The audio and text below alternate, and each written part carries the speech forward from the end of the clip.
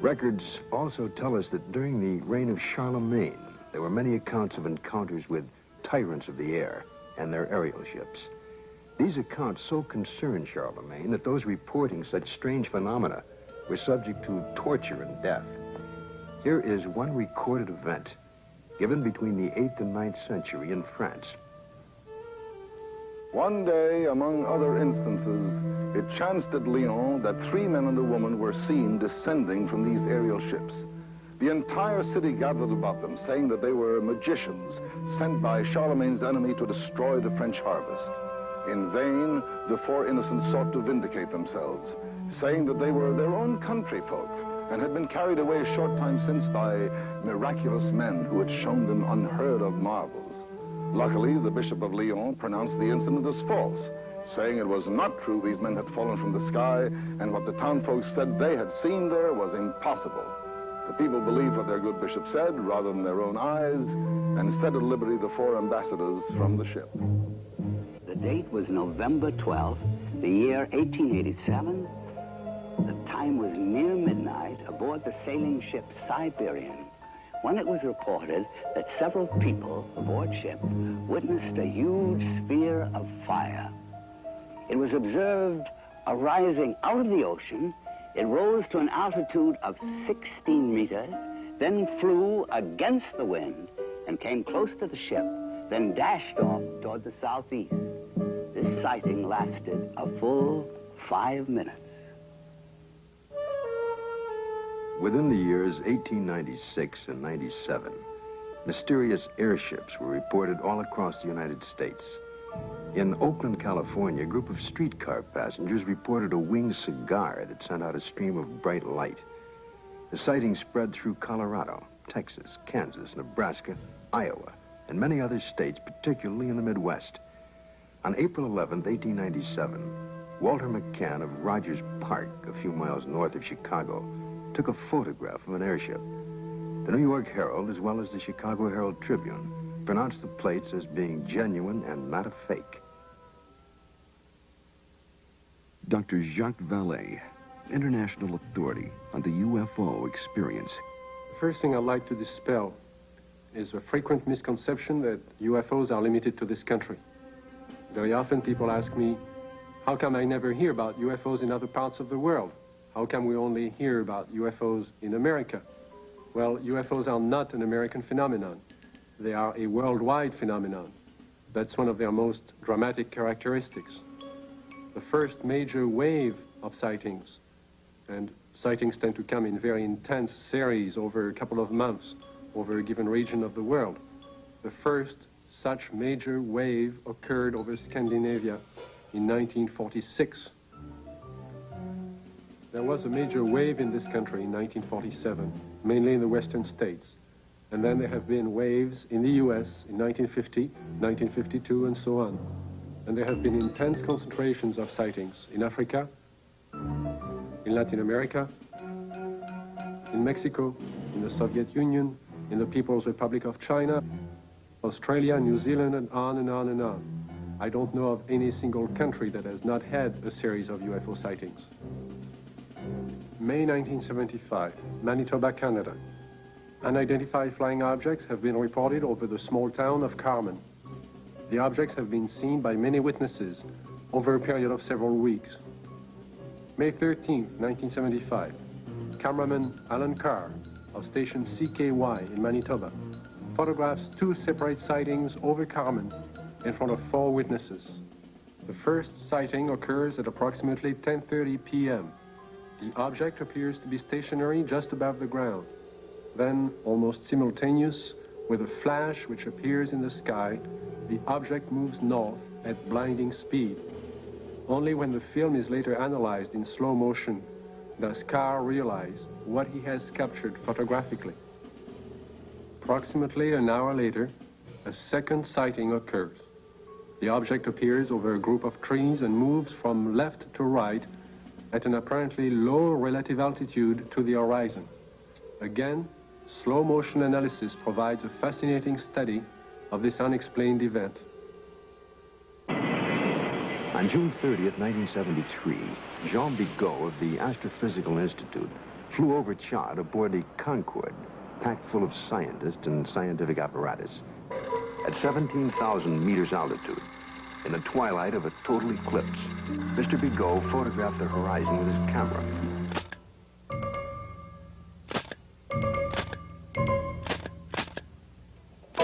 When the photo was enlarged, one of the slides showed what you're now seeing. If you look closely at this photograph, it resembles exactly what has been cited by many Americans during 1973 and 74. Although NASA takes no official position as to the UFO phenomena and their probable explanation, nevertheless, there remains on the record several unexplainable sightings by Gemini, Apollo, and Skylab astronauts. The first sighting occurred during Gemini 4 in June of 1965. Astronaut Jim McDivitt suddenly spotted a cylindrical object with arms and antenna. And when seen against the day sky, it appeared white or silvery. The object then appeared to be moving toward the craft. Suddenly, they lost sight of it.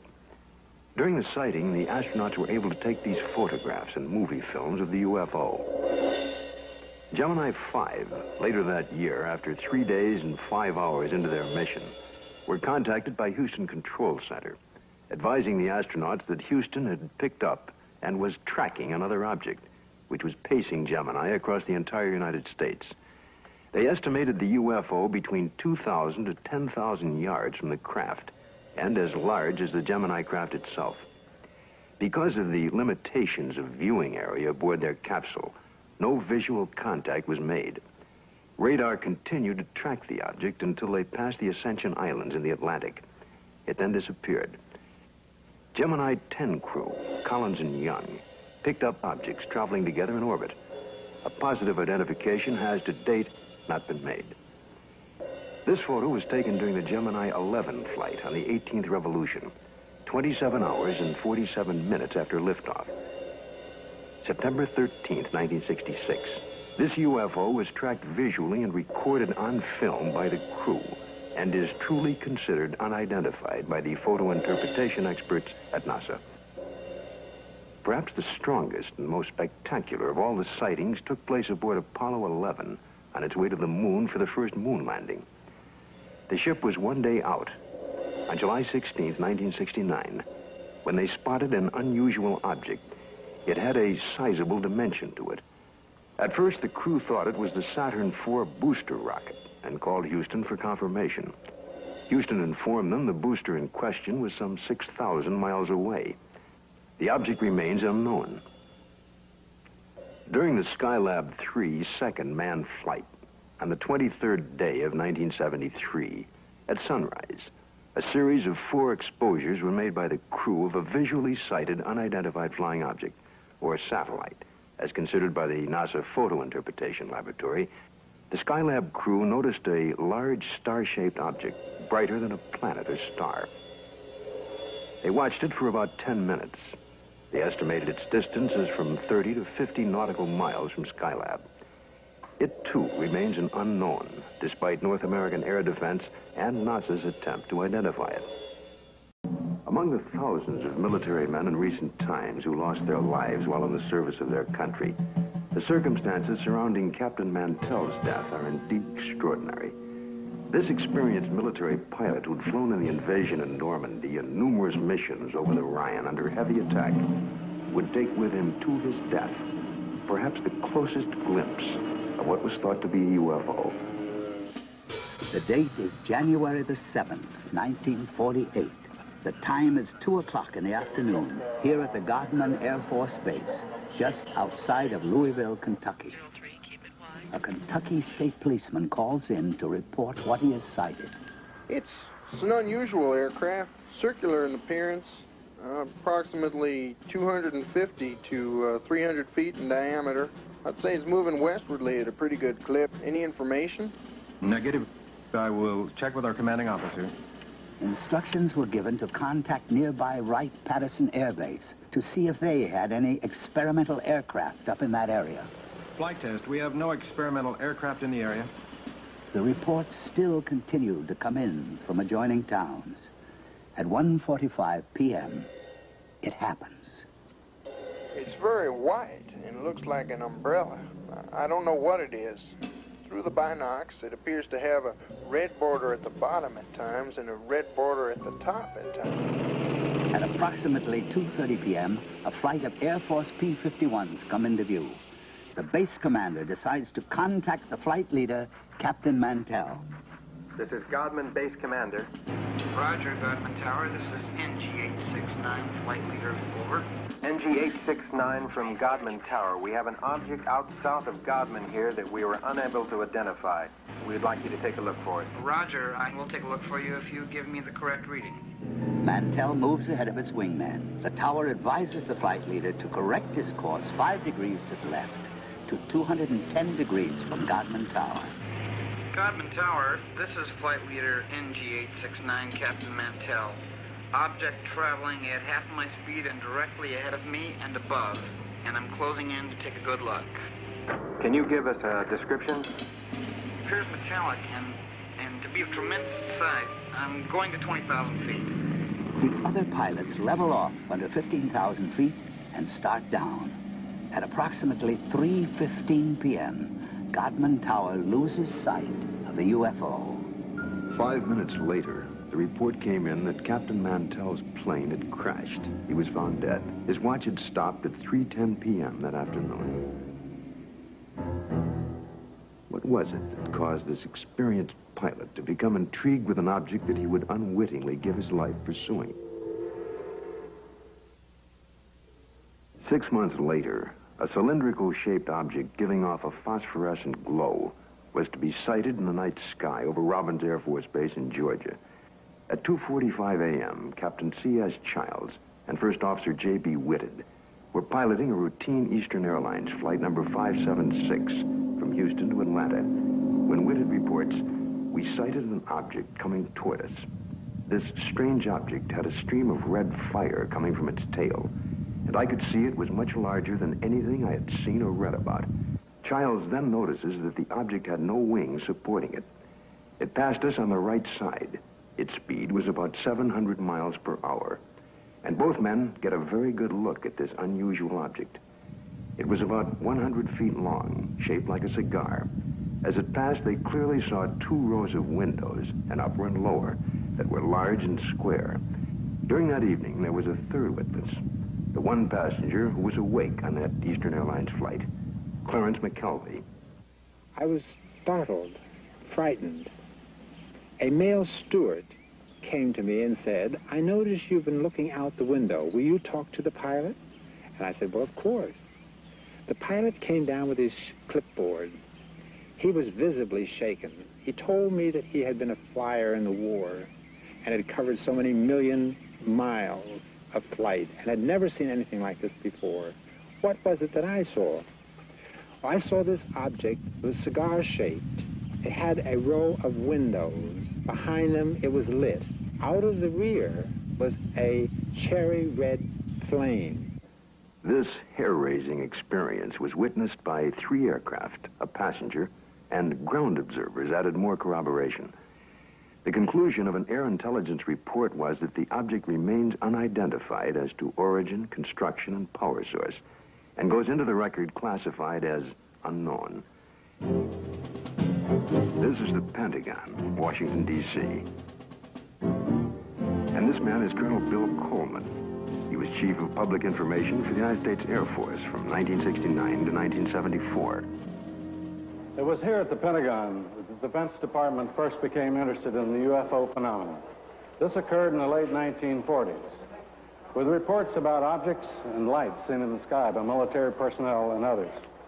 The Air Force decided to investigate the matter anyway. There was that one possibility that these flying objects could well be foreign weapons used for test purposes and might affect our national security. The investigative branch was called Project Sign. The project had only been underway for about 2 weeks when the Mantell crash had made headlines across the nation. The staff's investigation was far from complete, but public pressure was enormous. They were forced to come up with an answer to really quiet growing speculation that Mantell had been killed by hostile aliens and some flying saucer. That's when we decided that Mantell had chased the planet Venus However, this was an initial finding. The Chills and Whitted case had an impact on the Air Force project. It presented the first close-up account by highly reliable witnesses. The object described led some of the staff to postulate an extraterrestrial theory. And they wrote up an estimate of the situation, which at the time was classified top secret, suggesting that the saucers were from outer space. This theory was rejected by the Air Force Chief of Staff, General Hoyt Vandenberg, and even other Project Science staff members as not having enough proof. So the extraterrestrial visitation idea was dropped for the time being. It's been said in jest that if these UFOs are from other worlds and they wanted it to be known, all they'd have to do is land on the White House lawn. But an incredible incident, too quickly forgotten in time, took place over our Capitol. In 1952, Air Force spokesman for the Pentagon and UFOs at that time, Mr. Al Chop, relates the famous incident that stirred the Capitol, causing a request from even President Truman to be kept up to date on all the details. There were radar reports of unidentified flying objects over the nation's capital. We had 3 reports. One came from Andrews Air Force Base radar control room, and 2 from the radar controls at Washington National Airport. The first sightings consisted of a number of unidentified targets picked up on radar. Then a call was placed from National to the Andrews Air Force Base flight controllers. They were apparently tracking the same targets. Then Andrews reported a visual observation of 3 objects that were apparently in the same position as those indicated by our radar sets. The targets stayed on radar until about 12:30 a.m. They moved slowly at first, about 100 to 200 miles per hour. Then one of the targets sped away at a fantastic rate of speed. It moved west from Andrews toward Riverdale. Army 142. The estimated speed was 7,300 miles per hour. At this time, in the tower, we had about 7 targets on the radar scope. These unidentified objects were flying all over the city. They even violated the restricted air corridors here over the White House and over the Capitol building. The phenomena wasn't to subside. The following Saturday night, July 26th, a repeat performance unsettles the Capitol again. I was awakened the following Saturday night around midnight by a telephone call to my home in Virginia.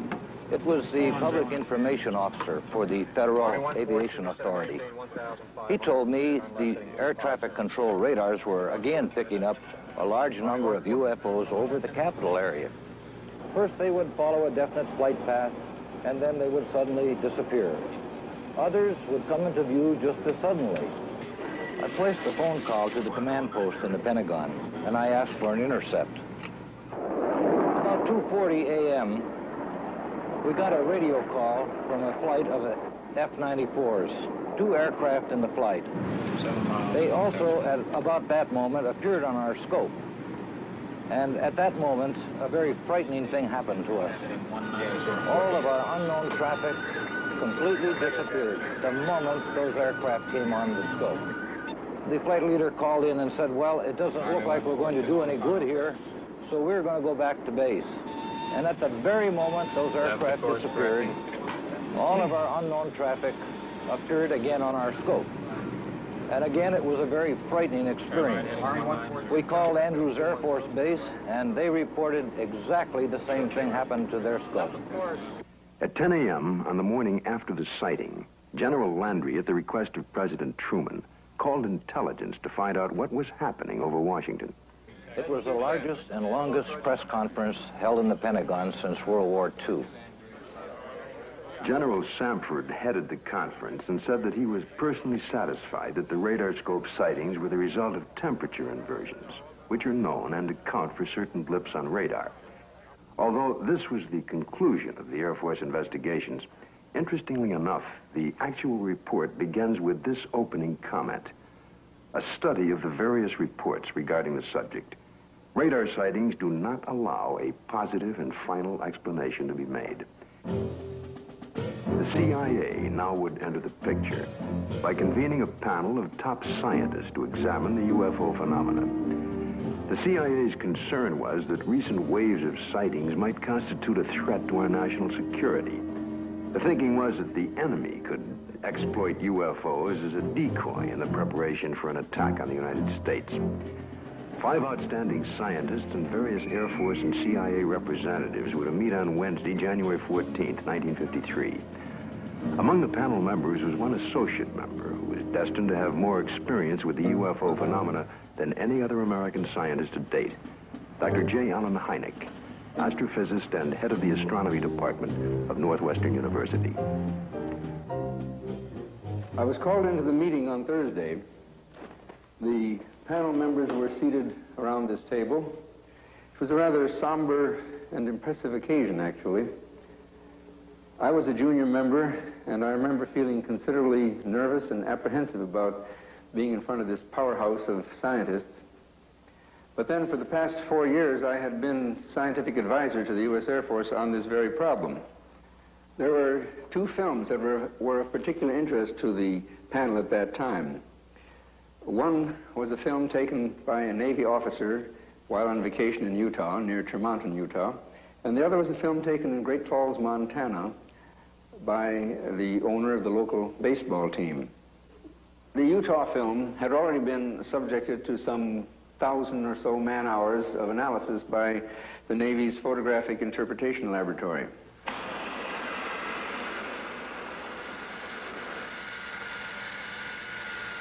So the panel got up from their chairs and crouched around the wall to examine the films, and they asked to have the films run several times, as a matter of fact. Now, the Navy had, on the basis of their detailed analysis of the Utah films, they had concluded that the objects shown on the films could not be birds, balloons, aircraft, and so forth, but indeed that they were self-luminous, unidentified objects. Despite this conclusion, the panel rejected it and concluded that the objects were birds. They couldn't be unidentified, therefore they had to be birds. I came away from the meeting and from the room with the distinct feeling, however, that the panel had deliberately moved to debunk the whole subject and not to give it the serious scientific attention which it deserved. It seems the CIA was to become involved in the UFO phenomena again, in a most unusual way. A series of episodes were to take place that, up until the airing of this program, were not public knowledge. The events were so bizarre that it's hard to conceive they happened to individuals associated with such no-nonsense organizations as the Office of Naval Intelligence and the CIA. This man is retired Lieutenant Colonel Robert Friend, U.S. Air Force, and former head of Project Blue Book. Friend, now on the management staff of Celesco Industries Incorporated, which builds and launches missiles for defense testing purposes. Friend now relates this most unusual experience. It was 1959 when I was invited to attend a briefing in the security portion of this building. It seems a retired Rear Admiral had interest contact with extraterrestrial beings. 2 naval intelligence officers were sent to investigate. The naval officers met with the woman, and she went into a trance, supposedly to establish contact with the purported extraterrestrials. And then they asked her scientific and technical questions that a woman of her education could not possibly know the answers to. Yet, as the questions were put to her, she was able to answer easily with seeming telepathic help from these purported extraterrestrials. According to the report, she indicated there was an organization, OEEV, which meant Universal Association of Planets, and that organization had a project, UNZA, meaning Earth, which was being conducted. Then an unexpected turn took place. One of the naval officers was informed by the woman that they, the extraterrestrials, were willing to answer questions directly through him, a naval commander and intelligence officer with no prior experience in telepathic communication. He took over and attempted to write down the answers to questions put to him by his fellow naval officer. The word traveled back quickly to Washington officials and the very skeptical CIA. Nevertheless, there was no reason to totally disbelieve the report of this highly respected Navy commander. Questions were put to him, such as, do you favor the government, religious group, or race? And would there be a third world war? The answer to both was no. The group then asked if they could see a spaceship, and the commander, still in a trance, told them to go to the window and they would have proof. The group moved to the window where they supposedly observed a UFO. I was told that a call was made for radar confirmation. The reply came back that that particular quadrant of the area was blanked out on radar at the time. After being briefed on all of the details, I asked the commander if he would attempt to contact me. He sat for several minutes and then appeared in a deep trance with his Adam's apple moving up and down rapidly. Questions were put to him, and he answered them by printing in rather large letters using rapid but jerky motions. It wasn't at all like his natural hand. During the course of the questioning, we learned the names of some of the so-called extraterrestrials. One was Krill, C-R-L-L-L. Another, Alomar, A-L-O-M-A-R. And another, Alpha, A-F-F-A, purportedly from the planet Uranus. A case that just as well could have been written by a very imaginative science fiction writer. But here in my hand is the actual account of the incident by one of the agents present at that time. The names of 7 men present are listed here. Because of the unusual nature of the incident and at their request, their names will remain confidential. Another reason for control of the Blue Book files was to protect the names of witnesses. To help satisfy public demand, periodic summary releases were made. We had no proof that we were indeed being visited by extraterrestrial vehicles under intelligent control. However, we couldn't prove that there weren't spaceships either. It created a dilemma for the Air Force. In 1966, an important incident takes place in Michigan. It creates enough of an uproar that President Gerald Ford would at that time call for a congressional hearing on UFOs. Here are excerpts from Ford's actual letter to the House Armed Services Committee. The Air Force sent a consultant, Dr. J. Allen Hynek, to investigate various reports, and he dismissed all of them as products of college student pranks, or swamp gas, or an impression created by the rising crescent moon and the planet Venus. I do not agree that all of these reports can be or should be so easily explained away. I am proposing that the Science and Astronautics Committee, or the Armed Services Committee of the House, schedule hearings on the subject of UFOs and invite testimony from both the executive branch of government and some persons who claim to have seen UFOs. I think we owe it to the people to establish credibility regarding UFOs. Sincerely, Gerald R. Ford, Member of Congress. Congress acts on Ford's letter and holds an open hearing under the chairmanship of L. Mendel Rivers of the House Armed Services Committee. Only 3 persons are invited to testify. The Secretary of the Air Force, Dr. J. Allen Hynek, and Project Blue Book head at the time, Colonel Hector Quintanilla. Hector Quintanilla relates the events and reports of the unusual sighting that led up to the congressional hearing. There were 2 sightings, one at Hillsdale and the other one here at Dexter. Based upon the original reports from the Sheriff's Department, it all began at 8:35 p.m. on March 20th, when Frank Manor, who used to live over there, reported to the Sheriff's office that he had seen a strange object in the swamp over there. According to the police report, the police officer, in company with the complainant, proceeded along Territorial Road until they reached Brant Road, at which time they turned left, proceeded to the end of the road, secured their vehicle, got out of the automobile, proceeded along the cornfield, keeping the trees lined to their left. Then they crossed an open field to the creek. They crossed the creek and reached this point, which was their vantage point, and observed the object. Frank Manor described the object as brown in color, quilted, with a porthole in the center, sort of flat on the bottom, cone-shaped towards the top. Two small lights, one at each end. One glowing bluish green, the other one a brilliant red with a glow at the bottom. Well, of course, by the time I arrived, the situation was so charged with emotion that it was impossible for me to do any really serious investigating. I had to fight my way through reporters to interview the witnesses. Other sightings were reported over the area, and a solution from Dr. Hynek and Major Quintanilla seemed in the offing.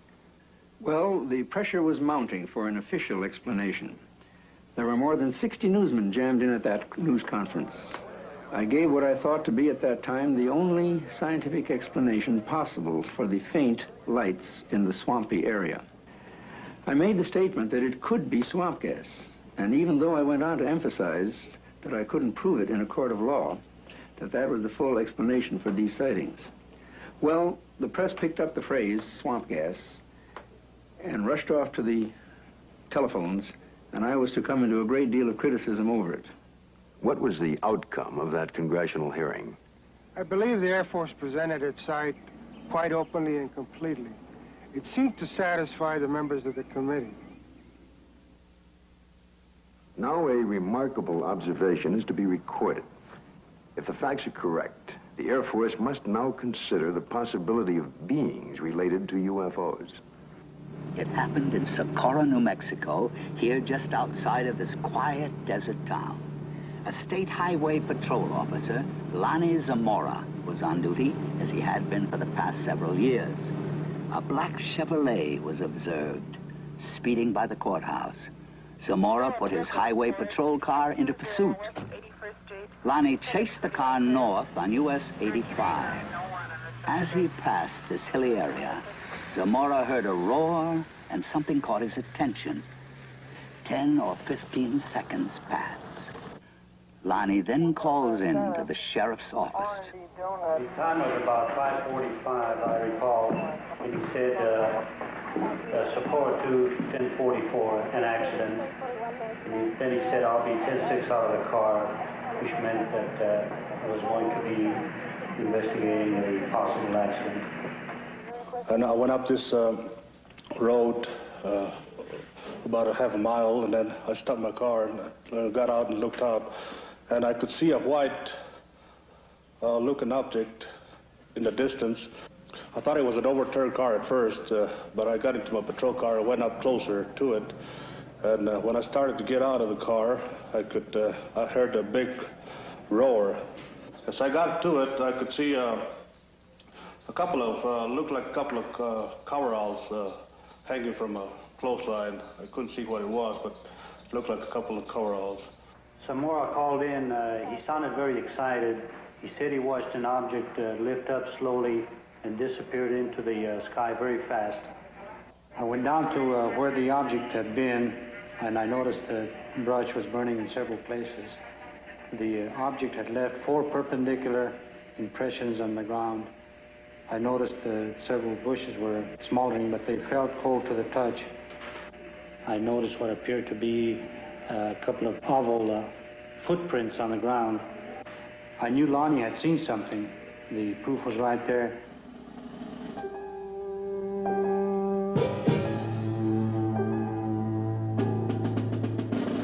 The incident was very interesting, to say the least. It seems to differ from practically all the earlier cases we investigated from one standpoint. The vehicle had left pod marks. There was an insignia observed by Lonnie Zamora on the side of the craft. The insignia was unidentifiable, not American nor Russian. And last of all, the observation of these 2 people in some sort of suit. But what did the investigation turn up? What was the official Air Force estimation of the situation? We went over the case completely. We had soil samples tested at the Air Materials Laboratory. The burnt bushes were analyzed for propellant residue. We measured the distances between the pod marks. My first reaction was that it was a lunar test module from NASA or the Air Force. That seemed to be the only logical explanation. This was probably the best documented case in the Air Force files, and I checked it out everywhere, all the way up to the top, even to the White House command post, and nothing. According to the official status of the sighting of Lonnie Zamora, case carried as unidentified, pending additional data. April 19th, 1897, in Leroy, Kansas, a farmer named Alexander Hamilton, his son, and a farmhand are awakened by strange noises from the cattle pen. Going outside, they discovered, to Hamilton's utter amazement, an enormous airship with a brilliant searchlight is slowly descending over the cow lot. Fearfully, Hamilton moves closer and is startled to find that one of his cows has been caught by a red cable running down from the ship. The next day, after an extensive search, he discovers the cow's hide, legs, and head in a field miles away. This is one of the first recorded cattle mutilations connected with UFOs. The report could easily be dismissed as a tall tale if there were no others. But since then, thousands of bizarre animal mutilations have been discovered, not only in this country, but in Africa, Australia, Brazil, and many European countries, in fact, all over the world. In this country, mutilations have occurred in over 30 states in the last 5 years alone. Frustrated ranchers and law enforcement officials have come to recognize the classic signature of the mysterious mutilators. Often, in a remote area, a cow will be found dead, the sex organs removed, and the tongue, an ear, and an eye all surgically cut out. The body, more often than not, has been drained of blood, though no blood has been found on the ground. In fact, there are no tracks or prints of any kind near the body. And yet, amazingly enough, there is no evidence of a struggle. One of the first states to be hit by the mutilations was Colorado. Reporter Bill Jackson of the Sterling Advocate covered the story from the very beginning. A classic mutilation, or say 90 to 95% of the mutilations will be almost identical. Some part of the face will be gone, exposing nothing but, you know, the jawbone. An eye will be taken, the tongue will be cut out, and an ear will be taken. The rectal area of the animal will be what appears to be bored out. The reproductive organs will be removed. In the case of a cow, the udder will either be entirely removed or parts of it will be removed. Usually, again, in probably 90 or 95% of the cases, there will be no blood whatsoever in the animal. And there will be no traces of blood on the ground where it fell or where it was mutilated. All you've got is the carcass, and you've got no idea why it died, or how it died, or how it was mutilated. Or it all began in 1975. It was a bizarre time. Nobody had ever seen anything like this before. Not only did we have the mutilated dead animals on the prairie, but we also started getting the lights in the sky at night. Along that time, there were many theories that were being developed on why this was being done. The satanic cults were being blamed, dope smugglers, UFOs, a government experiment of some kind. As time went on, the situation became so widespread that... And that it is time that world governments officially acknowledge the occult or the dope smugglers, which left us two possibilities. Number one, it was being done by a government, let's say. Or number two, it was being done by UFOs. As more and more cases were reported, the Colorado Bureau of Investigation was called in. Well, our position is basically one where predators, at least our investigation determined that predators were responsible for probably 99% of the reports of mutilations. As I said, there were 203 separate reports received from this agency. But of the 203, we only received 45 tissue samples to conduct microscopic analysis on. Of the 45 tissue samples, we found that only 2 of those 45 had actually been mutilated with a sharp instrument. When they first started, they would send samples of these animals to the CBI, to Fort Collins, to try and determine what was the cause of their death, what was mutilating them. And 9 times out of 10 or more, the report would come back that were being caused by predators. Now, these ranchers and the sheriffs in these rural areas have been around cattle all their lives. They've been around coyotes all their lives. And they knew that this just wasn't possible. A coyote would not do that. Predators, when they come in and start to eat, now I'm talking about four-legged predators. They'll come in and they'll bite, and then they'll pull and they'll tear. The cuts we have, even we can't make cuts like this. We've tried this many times on dead animals with scalpels, razors, and knives, and we can't make the same cuts. We've had cattle that we've went and investigated that were, you know, called in, and I think I have a mutilation here, and we went out and we seen it, and it was not a mutilation. And these are not the ones that's reported. The ones that we classed as a classic type mutilation are actually mutilations, and they're not predators. Animals, wild animals, predators, coyotes, won't approach these carcasses. But in the case of an animal being mutilated in the wintertime, there's possibly something about the cold weather that may mask whatever it is that keeps predators away, and that will be the exception to the rule. Is this animal here, is any pretty much like the other ones you had that was mutilated? Yeah. How old a cow is this, Don? 8 years old, according to the way I looked at her teeth, 8 or 9. I know definitely it wasn't animals. We took out the whole works there.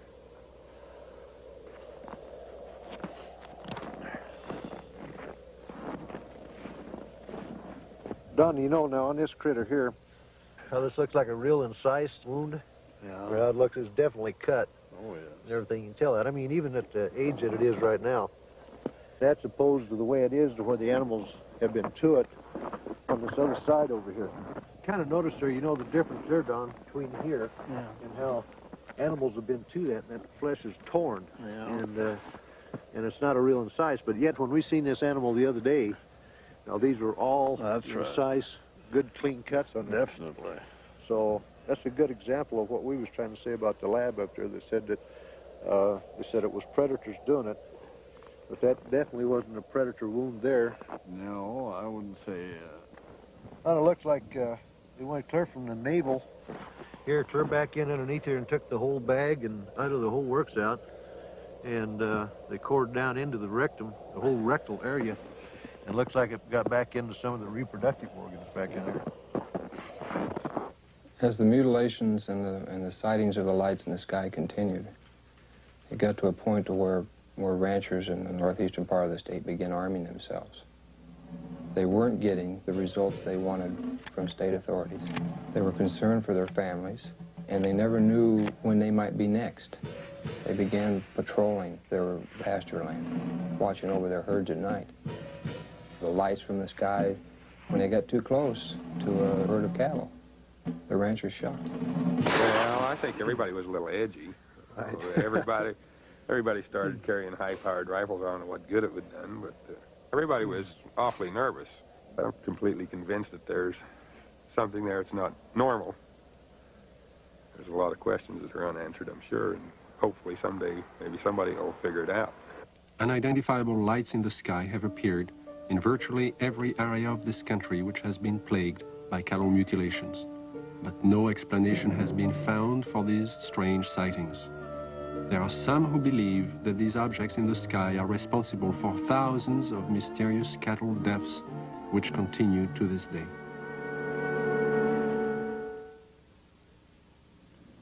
Though state and local officials have stated their views about the mutilation mystery, surprisingly few veterinarians will speak publicly about the situation. This man is an exception. Dr. William Fitzgerald runs an animal clinic in Durango, Colorado. Because of his expertise in the field of veterinary medicine, he was asked by the sheriff's office to perform an autopsy on a mutilated cow found in a remote area of state-owned forest. This particular animal had been largely exsanguinated. The anus and about the first 4 inches of the rectum had been removed.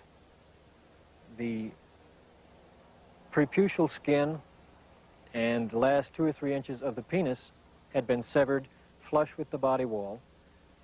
The left eye had been removed, and the last 1/3 of the tongue had been cut. A portion of the lips on the left side of the animal were also sawed off,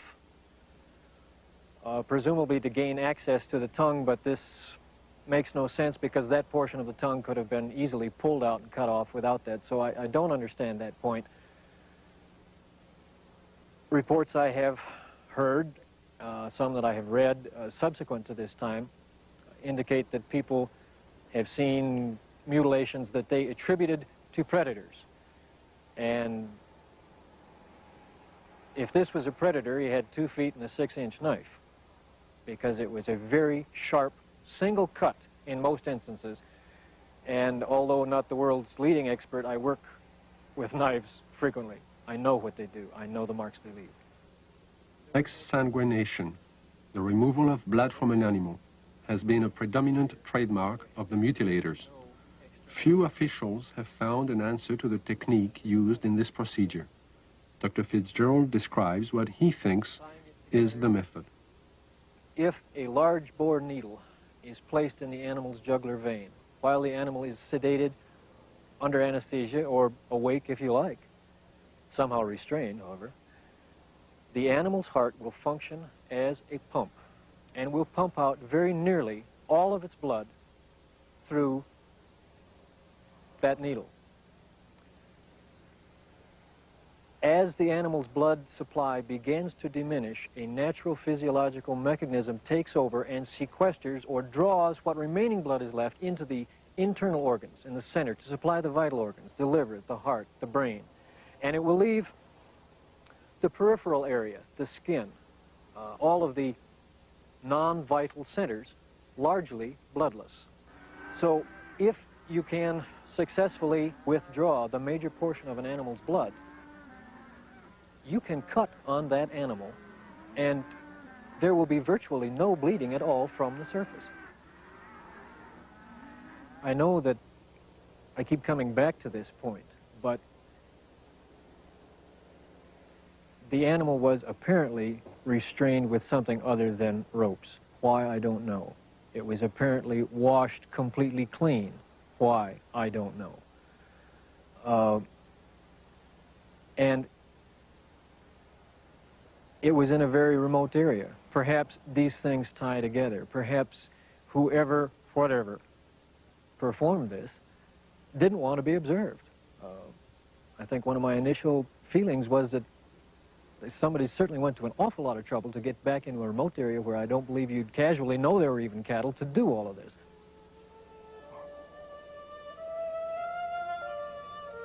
Dulce, New Mexico, similar to the plains of Colorado in its isolation, but nestled among rolling hills and small mountains, is the land of the Jicarilla Apache. Tradition is strong here. Indian women weave intricate baskets and create delicate beadwork. The men preside over tribal business and raise cattle. And here, as in Logan County, the night sky has been lit with the glow of unknown flying objects, and cattle are found mutilated. Officer Gabe Valdez of the New Mexico State Police and retired scientist Howard Burgess, who pioneered the development of Kirlian photography in this country, periodically pool their knowledge and expertise in an effort to solve the mutilation mystery. Officer Valdez describes how it all began. It was in 1976, June the 14th, when we first had one of our cattle mutilations here in Dulce. The cattle that was mutilated belonged to Mr. Emmanuel Gomez. Any time that we do find one that it's not too decomposed and it's fresh enough for us to do some tests, or I do call on Mr. Burgess because he has a lot of knowledge in the field of science that is very helpful to me in conducting my investigations. Howard Burgess had a theory that some of the cattle had been marked prior to their mutilation with something which would show up under ultraviolet light but be invisible to the naked eye. Late one night, he and Valdez conducted an experiment and found that out of 80 head of cattle, 5 were indeed marked with a powdery white substance, visible only under ultraviolet light. So we took ultraviolet with some special filters and ran the cattle through it, and what appears to be markings glowed under ultraviolet. It's invisible to the normal eye, but under ultraviolet it does glow. Then we removed the hair from the region that does glow, and we removed a control sample. We took these to the lab and had chemical checks run on them. We did find that the sample that did glow is extremely high in potassium and magnesium. At the time, this was interesting, but it didn't mean much to us until we ran on to other things that began to tie in with it. The tie-in came on July 3rd, 1978, when a UFO was sighted over Taos, New Mexico. As it hovered over the town, it dropped a thin film of ashes onto the ground below. The ashes contained high levels of magnesium and potassium, the same elements found on the cattle under ultraviolet light, but there was more. We find there's at least 25 elements in there. There's a good possibility that it may be something that's organic. And if it is, this just opens up a real bag of worms, because anything can happen if this is an organic material that has come from one of these crafts. And this, as the people told us, directly fell from the craft that was hovering over the area. One evening in 1975, Logan County Sheriff Tex Graves took his deputies into the countryside around Sterling, Colorado, determined to track the bright lights which had been skimming across the ranches and farmlands for the last several weeks. Reporter Bill Jackson describes the sequence of events. We were just getting started in this. We really didn't know what we were doing. We weren't prepared for anything like this, of course. But as time went on, we realized we couldn't catch them, so maybe we can take pictures of them and discover something that way. About a year and a half later, the lights returned. The mutilations were still going on. So we arranged with the Honeywell people in Denver to borrow a 1100 millimeter Lentar lens from them, and got some high-speed recording film from Kodak. And then we sat and we waited, hoping that the lights would come back and we'd have a chance, and finally that chance came. It was a stationary object that we saw for approximately 30 to 45 minutes, and the resulting shots were interesting, to say the least.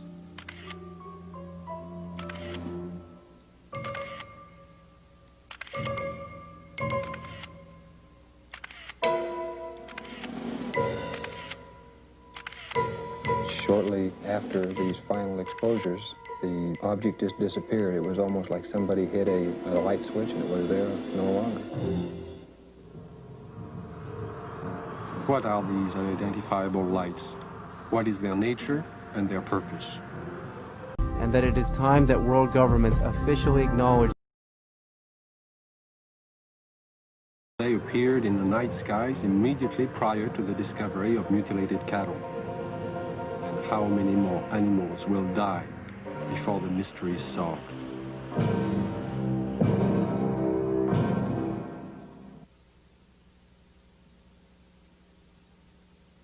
In 1974, I received a call from a woman who had a strange story to tell.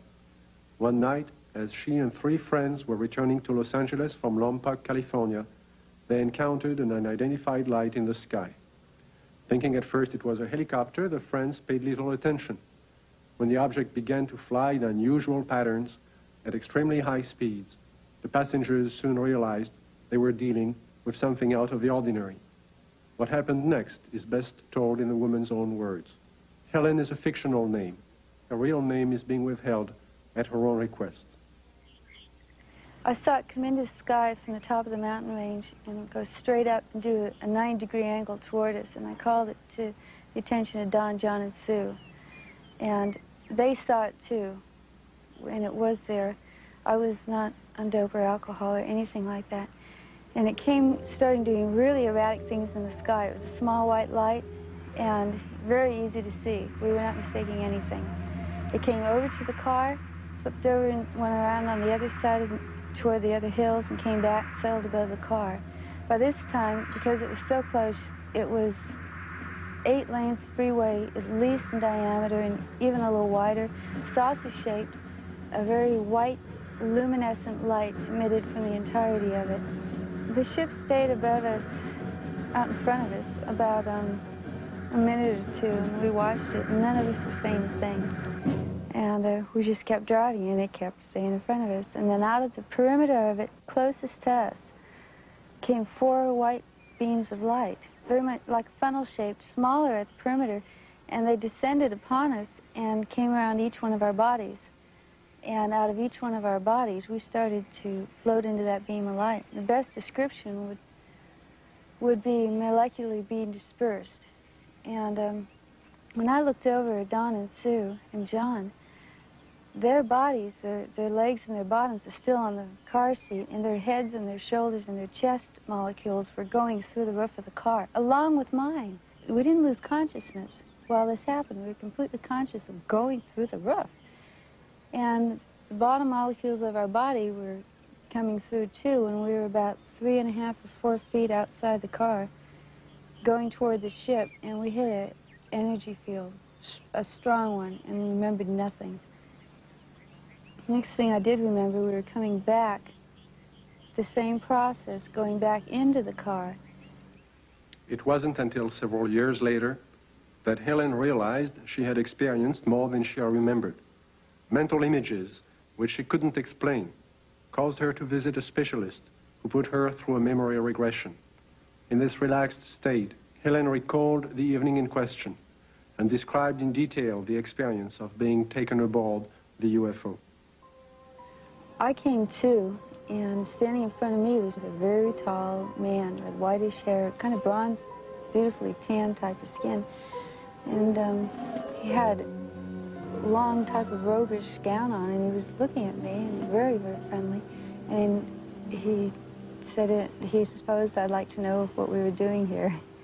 And I looked around, and I did want to know. There was a huge room that we were in that had a hallway off in front and a hallway off to the side. And there were round, curved hallways. The room was very light. Iridescent light radiated all over, but you didn't see a light bulb anywhere. In fact, you didn't see hardly anything except for the swivel chairs we were sitting in. And he proceeded to help me up, and then we walked together over to the screen in front of us, across the room, and he showed us some information, pictures, and it was very cordial and very easy to talk with. The man spoke to me in English, but concurrent with everything he said was a great deal of telepathic communication, and it was completely peaceful feeling. It all made sense. He showed us a screen with many images on it that clarified some of the things he was saying. He also said that he'd been around with the other people there for thousands of years, and that they had been picking up people and giving information to people for the use of putting it into this world, into this society, to bring about a lot of better changes. And the interesting thing was that there are some people, he indicated, who we know and read about, who were given information by him. This is what he told me. And there was no fear. That's predominant, I think, in everything. From this large room where we first came on, the man led me down into a couple other rooms. And the one that's very interesting was more or less in the center of this ship, and it was a room full of dials and full of men dressed in more form-fitting clothes, whereas the one who met me had a type of ambassadorial robes on. And these guys had more like turtlenecks and Levi's. They were still white, soft, iridescent, and very comfortable looking. And they were working. There was plenty of dials, and there was lots of screens, types of scopes there, and they were doing things very involved. None of them paid any attention to us. They kept their work. After he had taken me to these rooms, we were walking again down the hall to go back to the car. And while we were walking, I remember telling him, you know, nobody's going to believe me. And he said, he's a really nice doctor, and he goes, it doesn't matter if anybody believes you. And there was a purpose to being told these things, and what I had learned and what John and Sue had learned too had its purpose. And he was very kind and very cordial. You could meet him on the street almost and not even feel anything unusual. And then we came back to the room, and we were put back in the car the same way as we were taken out. And we just this tremendous sense of peace, and that there was a lot more going on than we had originally thought. In December of 1969, amidst great public controversy, the Condon report from the University of Colorado was finally out. In summary, they found no evidence that UFOs were a threat to the national security, and the late Dr. Condon recommended that the Air Force terminate its involvement in UFO investigations and analysis. In 1969, the Air Force officially disbanded Project Blue Book and the study of the UFO phenomenon. The conclusions of Project Blue Book were, 1, no UFO reported, investigated, and evaluated by the Air Force has ever given any indication of threat to our national security. 2, there is no evidence submitted that sightings categorized as unidentified represent technological developments or principles beyond the range of present-day scientific knowledge. And 3, there is no evidence indicating that these unidentified objects are extraterrestrial. The files of over 12,000 cases were placed into storage, but the ubiquitous UFO wasn't to be influenced by this government position. Incidents were to continue, with daily reports of flying objects finding their way into the news media. In the closing months of 1973 and early into 1974 alone, there are over 1,000 unrelated and unsolved reports of UFOs from across the United States. Delaware State News, Dover, Delaware, October the 16th, 1973. Dover. 3 women on their way to the market saw it. At the same time, the crew of the Delaware State Police helicopter saw it. 2 airline pilots flying over Dover reportedly saw it. Flight controllers at the Dover Air Force Base saw it. Southern Illinois and Carbondale, Illinois, October 18th, 1973. It didn't make any noise, Don said. It had red and green flashing lights on the front and back. Times Dispatch, Richmond, Virginia, October the 19th, 1973. It was hovering, and we parked there on U.S. Route 15 about 2 hours and watched it. Walla Walla, Washington, January 30th, 1974. Guards of the Washington State Penitentiary have spotted what appears to be the same UFO 2 mornings in a row from their tower positions at the prison. Scranton Tribune, Scranton, Pennsylvania, February the 25th, 1974. Police spot flying object. State's UFO reports are increasing. October 21st, 1978, Bass Strait, Tasmania. A pilot named Frederick Valentich disappears after reporting a strange craft hovering above him. December 12, 1978, La Chapelle, France. A 45-year-old worker riding home observes an oval object. Together with another witness, he sees the craft hover above them. December 12, 1978, Guadalajara, Mexico. 2 luminous saucer-shaped objects are reported by residents, then by a police officer.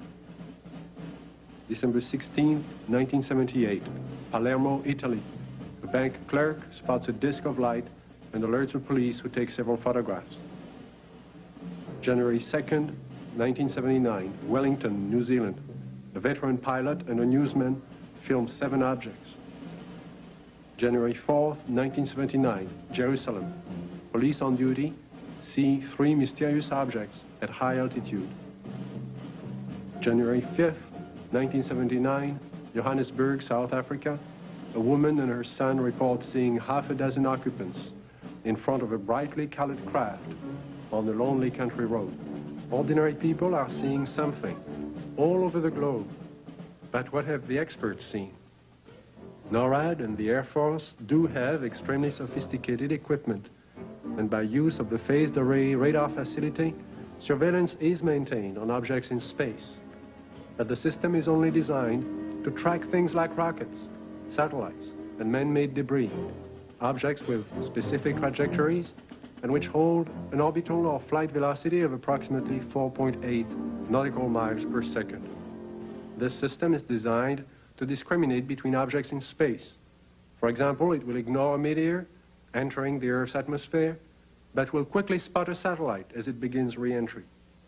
Objects can also be photographed with incredible precision by the electro-optical surveillance system, and it's very good at its job. However, it's not designed to photograph everything, just specific items and particular missions. The sky is so vast, it is virtually impossible to wait for, track, and photograph all unidentified phenomena. There is just not sufficient time or budget. So it is not really accurate to say that our sophisticated equipment and personnel are able to identify and examine any and all UFOs. On the contrary, they are programmed to study man-built machines, and only that. Among the many reports of UFOs in late 1973, one incident would stand out because of the credibility of the four witnesses. This is Major Coyne, Army helicopter pilot, his co-pilot, Lieutenant Arrigo Jetsi, Air Medic Sergeant Healy, and Robert Janicek. These men had just finished their annual flight physical early that day and were found fit and sound of mind. They would take off from Port Columbus Airport about 10:30 p.m. But what was about to follow, and the subsequent report they filed, would put to the test the credibility of these men. Approximately 8 miles east of Mansfield, our crew chief, Sergeant Robert Janicek, observed a red light on the east horizon. Did you gentlemen see the same red light? Yes, I did. Our helicopter was flying on a northerly heading. We were flying at an altitude of 2,500 feet. He indicated that the light seemed to be pacing the helicopter, moving along in a parallel direction with our aircraft. Which direction from the helicopter was the object? It was to our right, to the right side of the helicopter, and it was moving with us as we were heading north towards Cleveland. And at this time, he indicated that the light changed its direction, was coming directly at the helicopter at the same altitude. And as the helicopter was maintaining a speed of 90 knots, the object came at a terrific speed from the horizon. We estimated 15 miles. Visibility was reported 15 miles that night. Did you gentlemen see the object at this time, after it had been pointed out by the sergeant? No, not at that time. I was flying left seat or co-pilot, and visibility from that seat from an object approaching from the right is rather limited. So I was having a difficulty seeing the object. And it was for that reason that Major Coyne did take the aircraft or the controls from me. I grabbed the controls from Lieutenant Jetsi because I thought it was going to hit us. I braced for impact. With that, I pushed the collective down to get the helicopter to start to descend. I then looked at the altimeter. It was showing 1,700 feet, and we were descending 1,000 feet a minute. The helicopter began to descend, and as this object came at the helicopter, it seemed to descend with the helicopter. When the helicopter went down, the object came down, but it still came directly at our broadside, as if to hit the helicopter from the right side. And that it is time that world governments officially acknowledge. Did anyone else see the object at this time? Yes, I was watching it come out of the east horizon. And the only thing I felt was when the skipper took over the controls and we started to auto-rotate down, and I'd never been involved in a mid-air collision, so I was just watching this thing come at us. It was at this time a light came, swung 90 degrees from the UFO towards the helicopter, and it came in through the front of the plexiglass, and the entire cabin inside turned green from the light. It was a pyramid-shaped type light that beamed down and came through the front of the helicopter. How long was your aircraft bathed in this beam? The light that came into the cockpit apparently lasted only for a few seconds, but it was enough time that I observed the red instrument panel lights utilized for night flying to be absorbed by the green light. Was it possible for you to determine the outline of this object against the star background? Yes, sir. It was a cigar-shaped object, like a symmetrical airfoil. with the dome on it. It was a solid object. It was a metallic structure to it. And you could see lights reflecting off the structure, and you could not see any of the stars or behind the object itself. Well, while all this was going on, what was the attitude of the helicopter? Apparently, when we were supposed to be descending at 2,000 feet a minute at 100 knots, we were climbing at 1,000 feet a minute with the controls still established for a descent. And we went from 1,700 feet up to 3,500 feet and topped out at 3,800 feet. I would like to stress one important fact, and that is there is approximately 20 years of Army aviation experience between the 4 men on board the helicopter that night. We have been trained to follow procedures and regulations in reporting incidences, regardless of how they're accepted. And we tried to follow those procedures. And we reported the incident as it occurred and have avoided any speculation on the subject. While our government's official position is not to speculate on this subject, we can choose to let our minds explore other possibilities, to use our imaginations. For if we consider that astroscientists agree on one point, that the possibility of life elsewhere is not only quite probable, some feel it is there without a doubt. Let us suppose then that these objects are real space vehicles, extraterrestrial in origin, and not an illusion of the mind. Perhaps we can begin to accept such ideas as various reported UFO shapes and configurations by looking at our own aviation history. We have, in 71 years, devised dozens of aircraft shapes, from propeller-driven biplanes to lunar modules to date.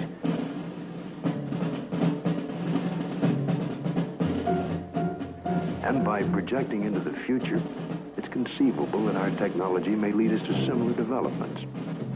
As to the UFO's behavior, if they are space vehicles, they appear to have movement in advance of our understanding of what is possible in the 20th century.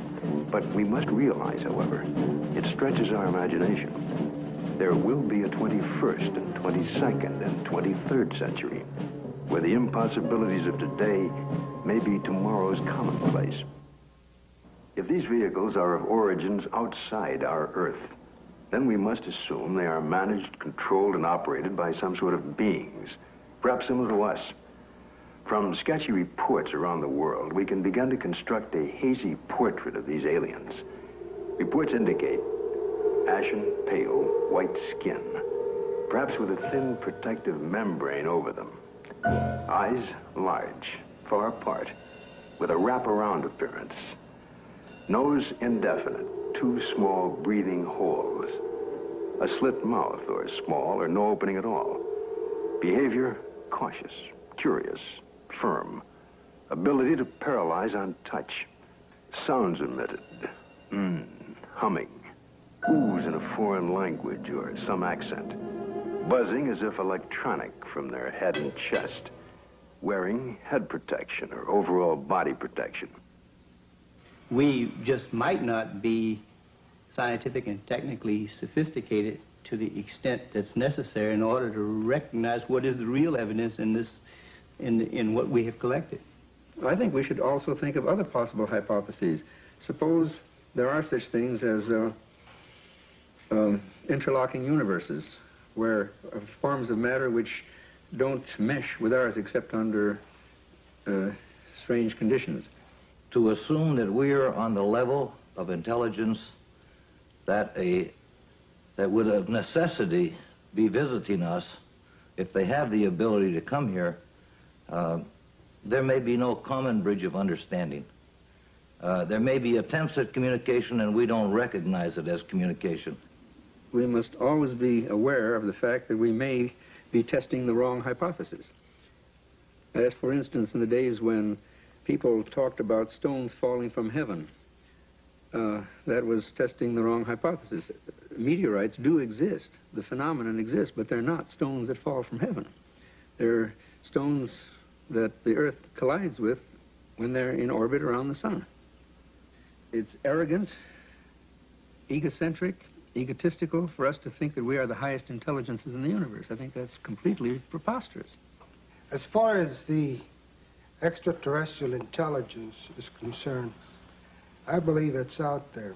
We have not been able to come up with a logical explanation. At least our scientists have not.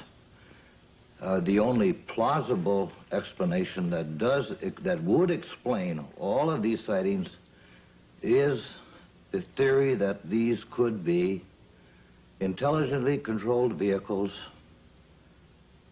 controlled by an alien species, alien to this planet. How would the public react if this event were true? To find the answer, Dr. Leon Festinger of the New School for Social Research consulted a number of prominent social psychologists from several universities across the United States.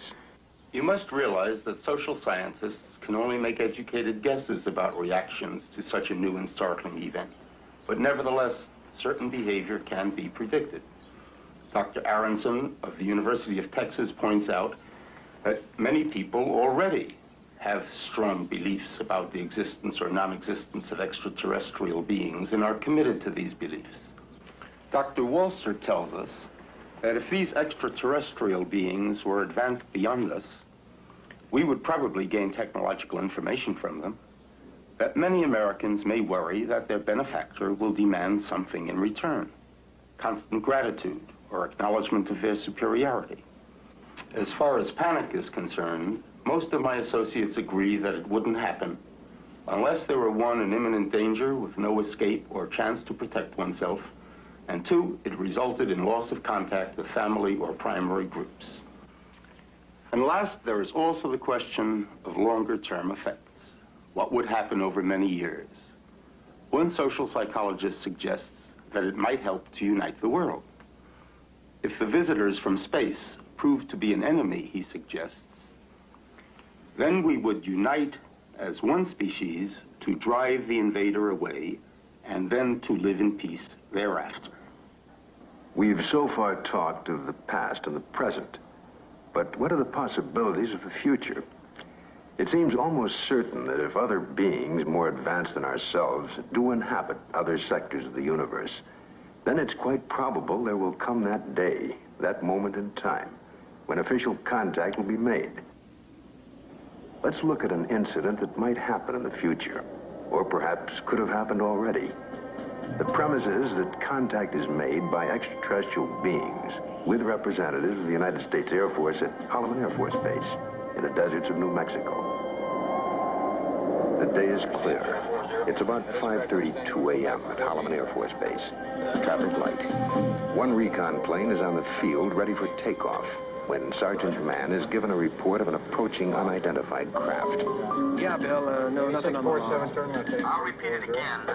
Unidentified approaching objects on coordinate 49er, 34 degrees southwest, following Lincoln or Can I go northeast with the Army helicopter? Probably a stray civilian, maybe. Keep me informed. I see him over there. Check with Edwards. Make contact with him, Bill. This is Holloman Air Force Base Control Tower. Identify yourself. What's your tail number? You're encroaching on military airspace. Warning, identify yourself. You're in a restricted military air corridor. Call the base commander.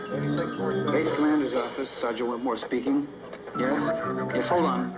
Colonel, for you. This is Colonel Horner, yes? Yes, an unidentified vehicle. You warned the aircraft again? 142, turn left. What's its shape? Check Edwards. Civilian patrol? Okay, all right. Sound a red alert. Unidentified aircraft approaching. Hey, Bill, give me a quick check with Wright Patterson Intelligence. There may be an experimental craft from somewhere, I don't know, here. Alert the fire chief and security and safety.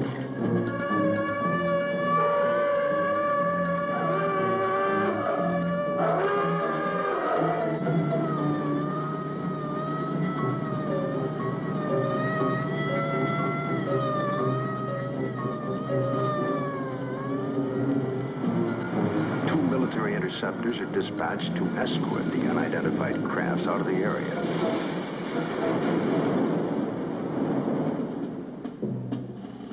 During a routine photographic mission, A tech sergeant and staff sergeant of the base photographic team were aboard a helicopter at the time and run off several feet of film of the three objects, one of which breaks away and begins a descent.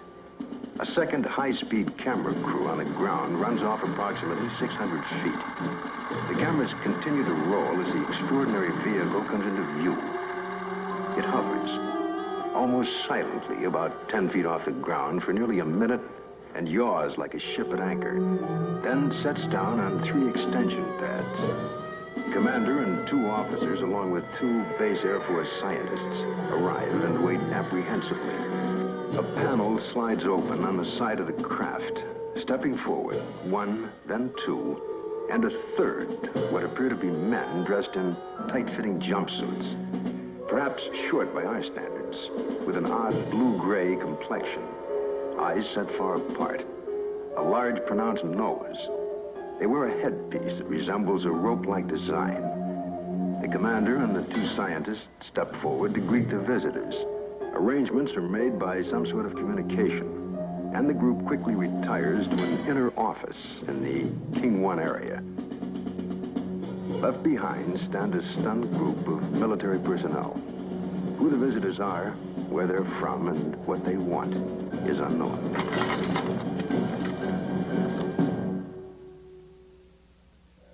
We now have a new challenge, perhaps the most monumental in recorded history. The opportunity to investigate a phenomenon that could change our destiny. Through the study and understanding of the UFO phenomena, we may discover a new energy force, or how to use it. Or it could lead to an understanding of our relationship to life throughout the universe. And if there are beings from distant advanced societies, we may be privileged to see a revelation, a look at ourselves 1,000 years in the future. And perhaps at this very moment, located in another galaxy, somewhere in infinite space, other beings raise similar questions and discuss the possibilities of life outside their planet, and talk about Earth as part of their plan.